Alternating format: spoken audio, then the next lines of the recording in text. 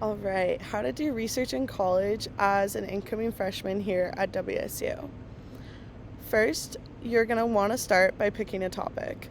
What's your major? What are you thinking about? What gets you excited? The more passionate you are about a topic, the better you'll do, the more interested you'll be in finding new research and looking for more topics to go off of.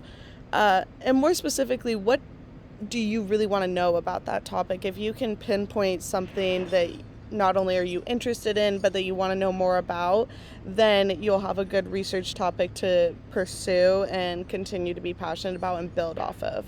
A great way to do this, something that we learned in class, is to take your keywords. So, for example, we're going to use feminism and then make some other words that go off of it. So, there's birth control, pink tax, wage gap, sexism, etc. But with those words, I can use those in keyword searches and start brainstorming really where I want to go. Because maybe I don't want to go with feminism. Maybe I want to go with like intersectional feminism or more towards like emergency contraceptives, but it's just an opportunity for your brain to start get moving and get thinking about what you could possibly pursue with your research topic. So now you have a topic. Now you need a thesis statement. What are you trying to say with this topic? Like, what's your opinion? What are you trying to get the reader to take away from your essay?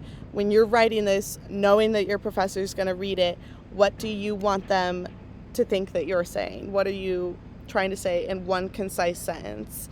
It should be really easy to find. I like to put mine at the end of my introductory paragraph or at the beginning of my first paragraph.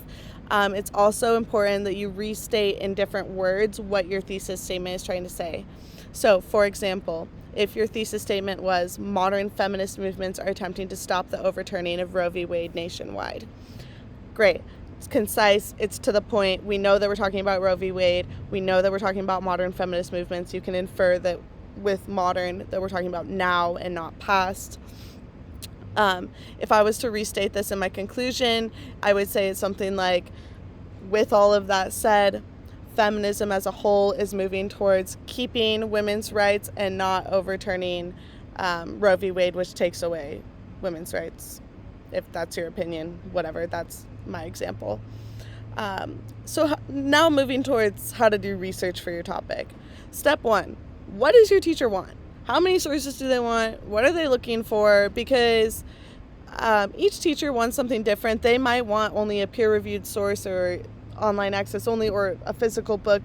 And you need to know at least how many sources you're going to go with. I usually start out by finding my sources. So say I need 4 sources, I'm going to go and find those first. And then if I need to find extra evidence throughout my essay, I can add into it. But that way you are at least reaching the minimum. Also, how long does your paper need to be? If your paper only needs to be 2 pages long, you're probably not going to need 7 sources. But if you're looking at a 7-page paper, you're going to need at least 7, if not more sources, because you're looking for about a source to 2 per paragraph. And then it's also important to remember what kind of format is your paper that you're writing in. That changes how you create your citations. So APA format versus MLA format is going to look a little different when you turn it in. When you use resources that WSU provides, it'll let you switch between formats when you're copying citations, but it's important that you go in and double check those yourself because they don't always format correctly when you take them off the web.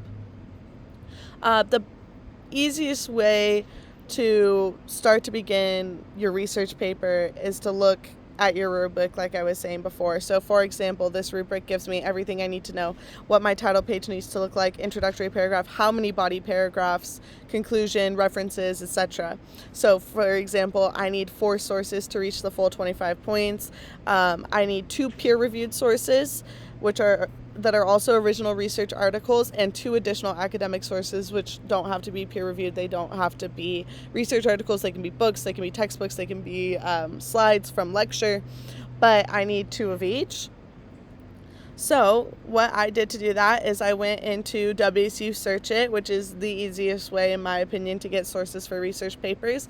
For the first one, I'm clicking on the peer-reviewed and original articles filters, and I'm going to go and type in my keywords, so feminism, and take my first one there. And then I'm going to type in, I don't want 2 feminist articles Because I want to use some of those keywords I found earlier. So another term I might type in is like intersectional feminism, and then also look for a research peer-reviewed article.